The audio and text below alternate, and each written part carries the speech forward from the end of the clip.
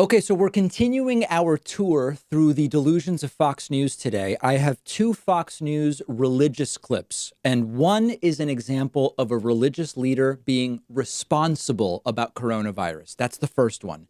The second Fox News coronavirus religious clip is a religious nut being completely irresponsible about coronavirus. Okay, so let's start.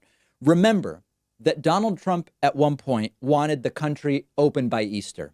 And it's a sort of God complex gone wrong. I've talked about this before. Trump seeing himself as a sort of Jesus-like figure, resurrecting the country on Easter, much like the biblical Easter story of Jesus's resurrection. Now, ultimately, it didn't work. Would be hugely dangerous to reopen the country this Sunday. That's when Easter is. Imagine we're not even at the peak yet. Trump was thinking about reopening. But there's a lot of really big evangelical churches that don't care. They keep gathering huge crowds. And Fox News host Laura Ingraham really wants religious gatherings to continue because otherwise, as she says, nobody will gather to pray until Anthony Fauci says it's okay, which to me makes sense, right? I mean, like, don't we need doctors and not pastors deciding when it's safe to gather in huge groups? So check out Laura Ingraham on her show, Truly Vile, while interviewing a Catholic priest, Father Murray, and then some other guy. I don't know who the other guy is, but he doesn't speak during this segment. Check it out. Yeah, I think Father Murray, a lot of people, especially the working class people of our country, the people who pay the bills, who don't get a lot of accolades, people that, a lot of us came from, they're the one. This is like the time where they need a public affirmation of their faith. It's all well and good to say, stay at home. And I heard some priest on TV, it might have even been on our network, saying, oh, it's the domestic church. Yeah, I get that. But this is Holy Week. And just to say, because the bishops say you can't, I don't know. I've got to say, blessing the palms, public, blessings, people far apart.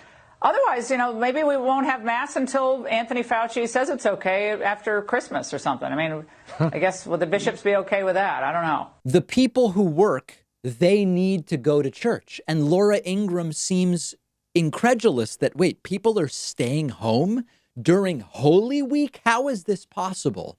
So there's Laura Ingraham being insane. But now we get to Father Murray's response.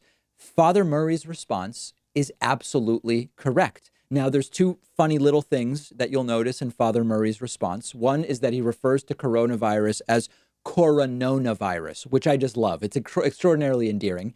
And as he does it, his headphone also falls out of his right ear. So a lot of things visually going wrong for Father Murray, but he is absolutely right and doing the responsible thing. And for that, he should be commended. Take a look. Father Murray, Laura, I don't want to get you in trouble. I'll just say this. No, you're not going to get me in trouble, but I will say this. 60 priests died in Italy and one bishop. And that was because they had the coronavirus without knowing it. And they put out, that disease into their congregation. And so many people have died in Italy. And, we don't want to repeat that here. You have to get ahead of the curve. You can't just keep things, as they were. And it's regretful, but whatever you do to the least of my brethren, you do to me. If you sacrifice going to Mass so that people don't get sick, I think that's a form of praising God. So the Catholic priest pointing out, essentially, stay the hell home, actually saying the responsible thing. You should stay home. Priests have died in Italy. This is not good. Staying home to avoid being sick is good. God's not going to be mad. God's not going to punish you. So good for Father Murray here. He's doing absolutely the correct thing. And unfortunately, on Fox News, we continue to see every dangerous narrative that is being parroted by Trump and people around him repeated ad nauseum. Chloroquine, chloroquine, chloroquine. What do you have to lose? Take it, take it, take it. We got to go to church. Prayer is so important. Keep tithing, keep donating to your church. So good for Father Murray here for getting involved and saying, no, that's the wrong thing. A responsible example of a religious leader commenting on what has to be done about coronavirus. Unfortunately, now we get to the irresponsible one. What if you could read 10 books in just one sitting? That's exactly what one of my favorite apps lets you do. It's called Blinkist. And what they do is take thousands of popular nonfiction books. They condense them down into text or audio that you can consume in 15 minutes. Blinkist makes sure that you're getting all of the important core insights from each book.